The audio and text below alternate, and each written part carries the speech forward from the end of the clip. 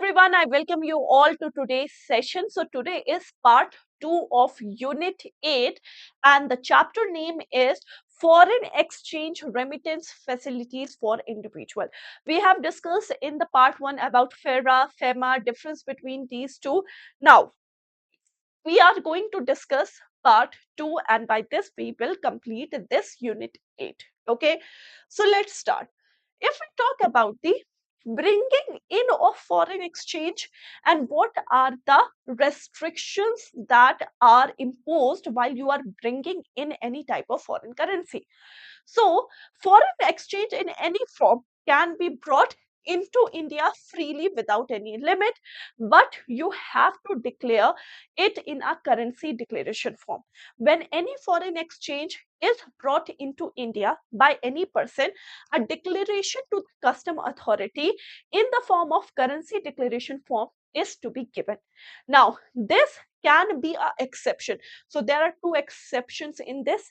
If you are bringing in the currency notes or traveler check that do not exceed the value of $10,000 or its equivalent, or if there is any foreign currency note that does not exceed 5,000 USD or its equivalent, then you don't have to mention it exclusively in the currency declaration form which is submitted to the custom.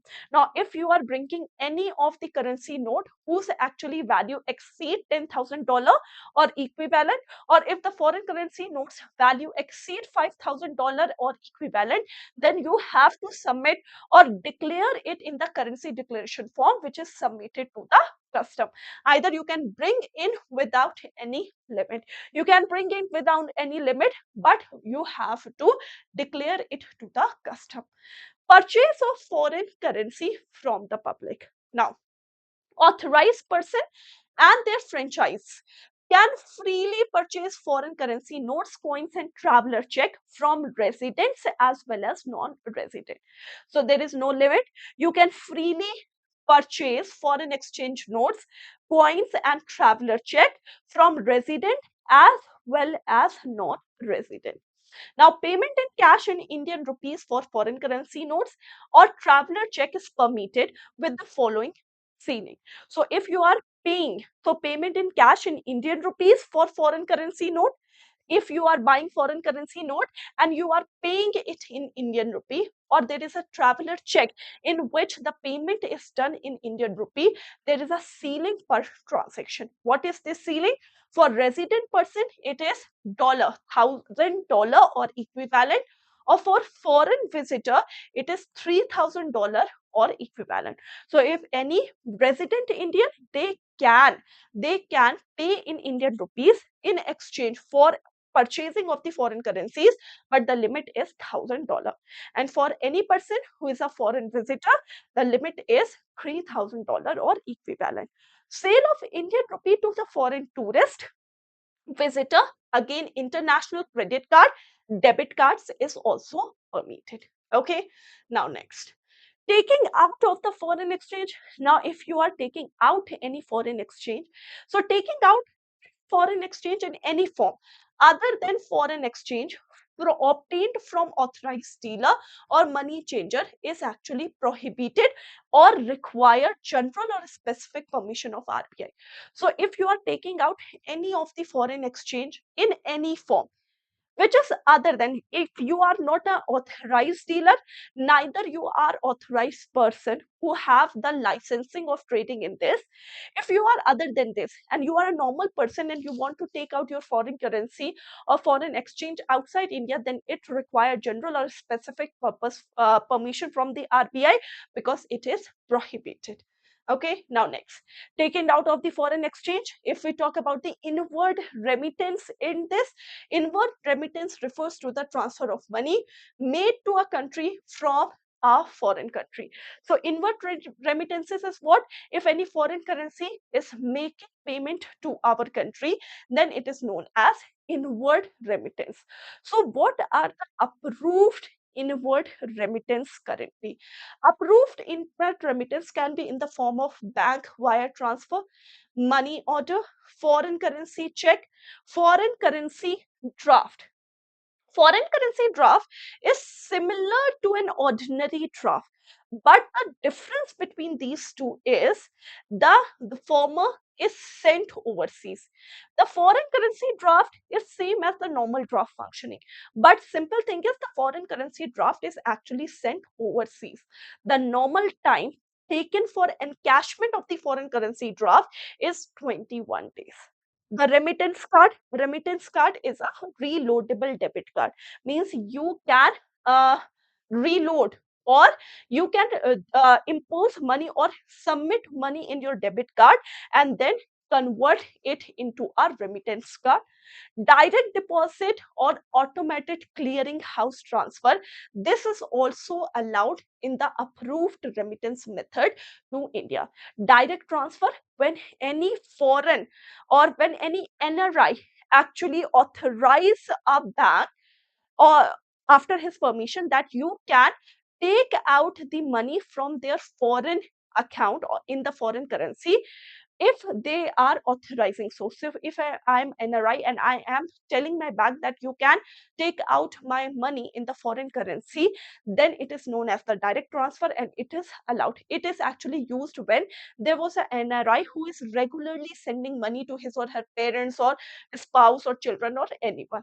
Okay, so these are approved remittance method to India. Next, drawal of the foreign exchange by any person for the following purpose is prohibited. So if you are drawing any foreign exchange by any person, if it is for this thing or this circumstances, then it is prohibited. Like a transaction which is specified in schedule 1, it is prohibited. A travel to Nepal or Bhutan, so if you are traveling to Nepal and Bhutan and you are drawing foreign exchange, then it is prohibited. A transaction with a person resident in Nepal or Bhutan, this is actually prohibited, and this needed RBI's permission, general or a specific permission. So if you are traveling Nepal or Bhutan, if you are dealing with any person who is residing in Nepal and Bhutan, or a transaction is specified in the schedule 1, these are all prohibited, and for this you need to have a general or specific approval from Reserve Bank of India. Okay. Okay, so now let's talk about the liberalized remittance scheme. So liberalized remittance scheme has been introduced by Reserve Bank of India in order to give some freedom to all the resident who actually want to remit money outside India. So there are some freedom and there are some rules and regulation that are actually eased down by RBI for remitting money outside India, and this is known as the liberalized remittance scheme, and it was introduced in year 2004. Now, who are the eligible person for this? First of all, it is available to the resident individual, which are including minors. It is not available corporate partnership firm, HUF, trust, etc. Second, remittance can be consolidated in terms of family members, means you can consolidate fund and then remit outside India if you are all the family members. Lastly, for any capital account transaction, if there is any capital account transaction, then clubbing is actually permitted, but the relationship is can be the co-owner, they can be co-partner, they can be even the family members. Okay, so if you want to buy any property, for example, now this property actually increases your asset, so it is a capital account transaction, and for capital account transaction, clubbing of money is or can be done if you are co-owner, co-partner, overseas bank account, investment properties, or etc. Okay, now liberalized remittance scheme, the private visit. So foreign exchange releases by an authorized dealer, it's subject to following condition. First of all, the total amount in one financial year is limited to $250,000 irrespective of the number of visitors. So if you are visiting abroad and you are exchanging or the foreign exchange is released by the authorized dealer, the limit in a one financial year is 2,50,000 USD dollar, and it is irrespective of how many visits you have taken to the foreign currencies. No foreign exchange is permitted for the visit to Nepal and Bhutan. So this is the restriction if you are privately visiting any country for travel or tourism, etc. If there is gift and donation, the resident individual may remit up to $250,000 in one financial year as a gift. So the amount is also limited to $250,000 in case of gift and donation. Third, if you are going abroad for employment purpose, then you can draw foreign exchange by an authorized dealer, and the value and the dollar and the limit amount is 2,50,000 USD dollar. Clear? Okay, next. Now, foreign exchange purchase for specific purpose can be utilized for this eligible purpose which is permitted. Means if you are purchasing any foreign exchange, then the foreign exchange purchase for a specific purpose can be utilized for any other eligible purpose that is permitted, but it should be permitted. Next, a resident individual may surrender received, realize unspent or unused foreign exchange through an authorized person or to an authorized person within 180 days. So if you have any unspent foreign exchange, you can change it with the Indian currency through an authorized person within a period of 180 days. So a authorized person cannot refuse the foreign exchange even the surrender prescribed is 180 days, merely on the ground that the period is expired. So any authorized person, they can accept the foreign exchange and exchange it with the Indian rupees, and they cannot reject it only on the ground that it has actually increased or surpasses the 182 days limit. So authorized person has to change the foreign exchange reserve or has to purchase the foreign exchange reserve and convert it into the Indian currency.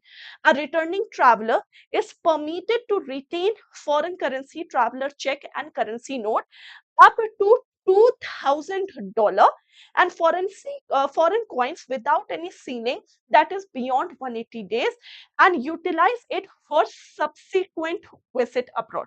So if you are a person, you are returning or you have returned from any foreign country, now you want to go to another trip and this trip is planned within this year, now you can hold your traveler check as well as foreign currency, and the limit amount is up to $2,000 and you can use it in your next visit also. Okay, done. Now next is Indo-Nepal remittance scheme.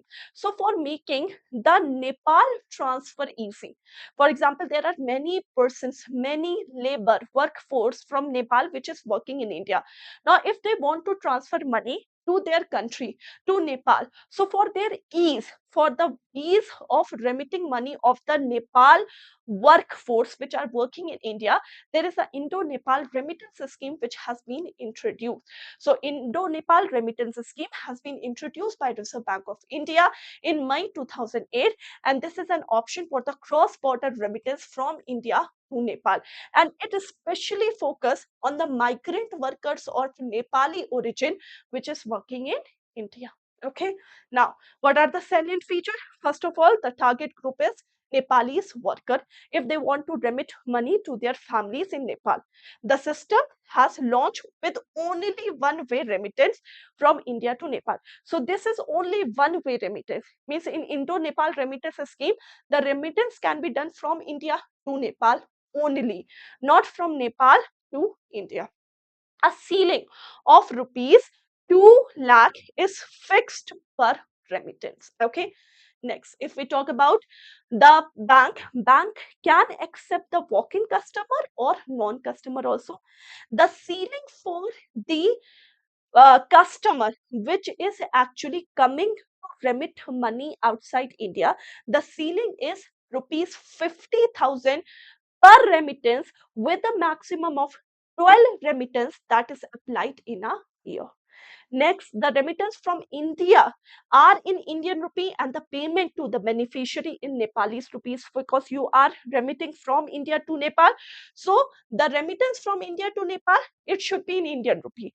But from Nepal to India, or sorry, from Nepal, from that bank to Nepalese families, it should be in the Nepali rupee. Bank can provide this facility to both account holder as well as the non-account holder. A Nepalese migrant worker, if they not having the bank account, they have they can avail this facility. You just have to present your identification number like passport or PAN or any telephone bill. And if you are presenting this to a bank and you don't have any account in either of the bank, in India or in Nepal, you can also avail this facility, but you have to present your documents there. Clear?